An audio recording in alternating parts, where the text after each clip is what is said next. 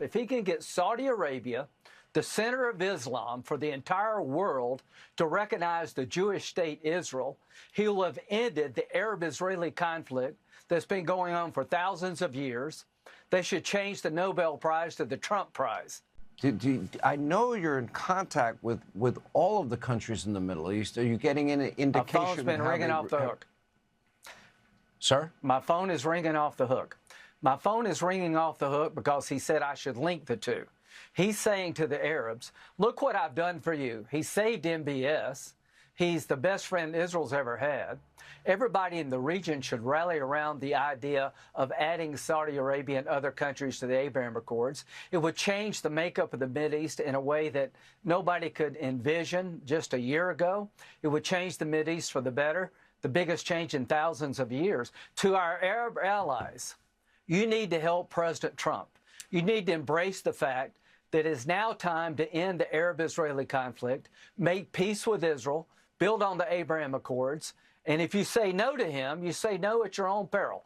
Look what he's done for the Arab world. Look what he's done to your biggest enemy, Iran. Look how he stood by you when other people were going to abandon you. As to our friends in Israel, you have no better friend than Donald Trump. Quite frankly, Donald Trump, you owe it to him. You owe it to your people. You owe it to the world to do what he's asking you to do. Build on the Abraham Accords. I've never been more optimistic than I am right now. My phone's been ringing off the hook. President Trump, stay on this. You're right to want to expand the Abraham Accords. You can do this. He can pull this off. If he can get Saudi Arabia, the center of Islam for the entire world, to recognize the Jewish state Israel, he will have ended the Arab-Israeli conflict that's been going on for thousands of years. They should change the Nobel Prize to the Trump Prize.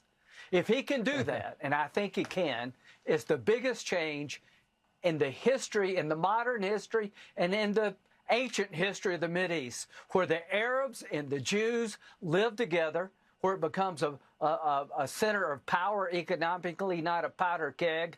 And once you put Iran in a box, and he's going to do that, we're going to have peace between Saudi Arabia and Israel. Nobody thought that was possible. I believe it's possible. And there's one guy can do it, Donald Trump.